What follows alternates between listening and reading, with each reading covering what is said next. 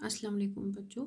ये साइंस का टॉपिक है 7th के बच्चों के लिए और आज का हमारा टॉपिक है डाइजेशन ऑफ फूड।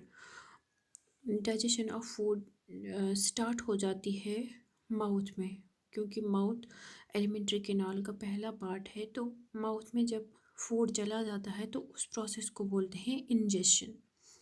अब इंजेशन जब हो गई, माउथ में फूड चला गया, तो माउथ में जैसा कि आप जानते हैं एक तो टीथ होते हैं और दूसरी चीज़ होती है माउथ में सैलिवरी ग्लैंड्स। सैलिवरी ग्लैंड्स का काम है कि वो सैलेवा सेक्रीट करते हैं जो फूड को सॉफ्ट बनाता है, और टीथ का काम है ये फूड पार्टिकल्स को ब्रेक करके छोटे छोटे पार्टिकल्स बनाते हैं, जिनको फिर स्वेलोइंग आसान हो जाती है कि हम फूड को ईसोफेगस में डालना आसान हो जाता है ब्रेक करके। अब जब छोटे छोटे पार्टिकल्स में फूड ब्रेक हो गया टीथ की मदद से, और सैलिवरी ग्लैंड्स ने उसको सलाइवा मिला के सॉफ्ट बना दिया, फिर जब ये फूड चला गया ईसोफेगस में अब फूड के साथ क्या हो जाता है वो पढ़ने से पहले हम ये पढ़ेंगे कि हमारे जो माउथ में टीथ हैं, टीथ की कितनी किस्में हैं। जैसा अगर आप खुद अपने माउथ में देखेंगे, थोड़ा गौर से देखेंगे, तो आप देखेंगे कि हमारे माउथ में 4 किस्म के दांत होते हैं। ठीक है, 4 किस्म के 4 types of teeth are present in our mouth.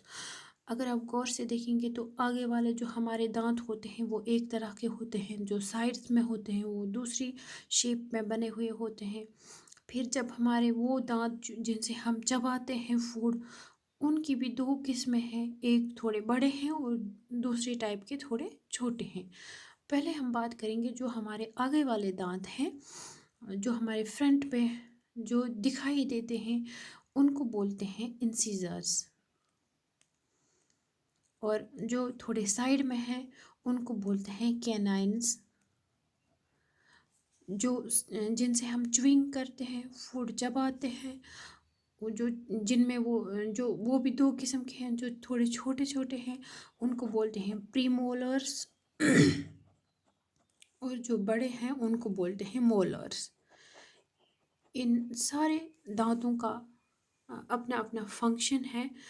जैसा आपने खुद भी गौर किया होगा कि इंसिजर्स से हम फूड को काटते हैं, कैनाइन से भी कैनाइन्स भी मदद करते हैं, और प्रीमोलर्स भी चबाने में मदद करते हैं, मोलर्स भी फूड को चबाने में मदद करते हैं। तो सबका अपना अपना फंक्शन है और सब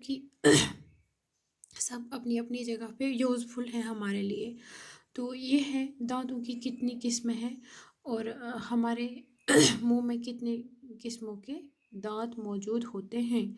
उसके बाद जब इन दांतों की मदद से हम फूड को चबाते हैं और वो फूड चला जाता है इसोफेगस में, जिसको हम बोलते हैं फूड पाइप।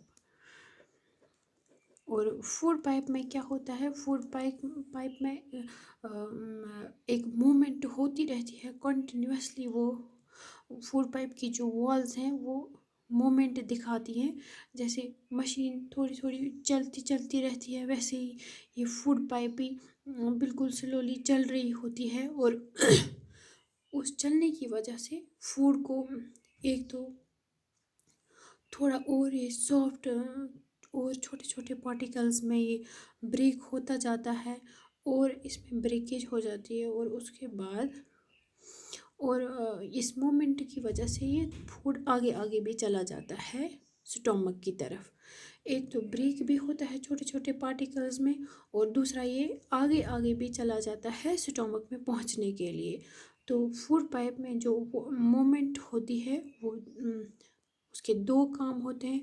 एक तो ब्रेकेज होती है कि जो ब्रेकेज एक तो दांतों ने की है उसकी फूड की माउथ में, और उससे भी ज़्यादा बारीक पार्टिकल्स बनते हैं फूड पाइप में, और उस फूड पाइप की मूवमेंट से ये फूड आगे आगे भी चलना शुरू हो जाता है, मदद हो जाती है फूड की चलने में, ताकि ये स्टोमक में पहुंच जाए।